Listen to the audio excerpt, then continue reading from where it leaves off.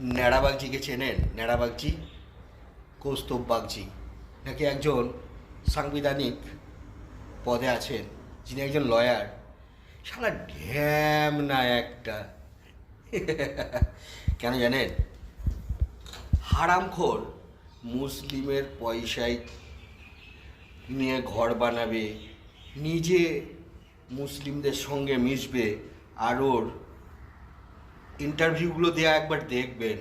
শালা ঢ্যাম না একটা।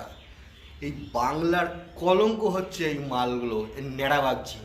আগে ছিল সেকুলার, কংগ্রেসের নেতা ছিল, এখন হয়েছে বিজেপির নেতা। যত পারবো সাম্প্রদায়িক বিদ্বেষমূলক কথা বলে ভোটের যদি টিকিট পায় তার শুভেন্দু বাবার কাছে।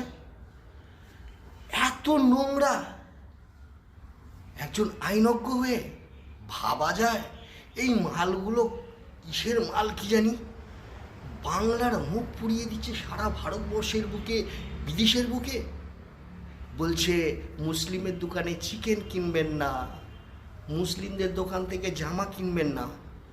আরে হারামখোর বেঈমান, বাঙালির কলঙ্ক তুই। তুই কি মুসলিমদের কেস লড়িস না? মুসলিমদের বিরুদ্ধে কেস লড়িস না? তোর ঘরে যে ইঁটগুলো আছে সেটা কি কোনো মুসলিম মজদুরের নয়? ছি, তোদের সম্বন্ধে কথা বলতেও না ঘৃণা করে।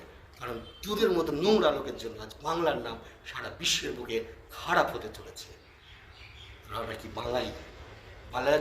বাঙালির কলঙ্ক করে, বাঙালির কলঙ্ক তোরা নেড়াবাগজি। এত নোংরা কথা বলিস একজন প্রশাসনিক ব্যক্তি হয়ে। মানায় না, ওই ওকালতির কাজ তোকে দিয়ে মানায় না রে ভাই। ছি, ভাবতেও লজ্জা লাগে।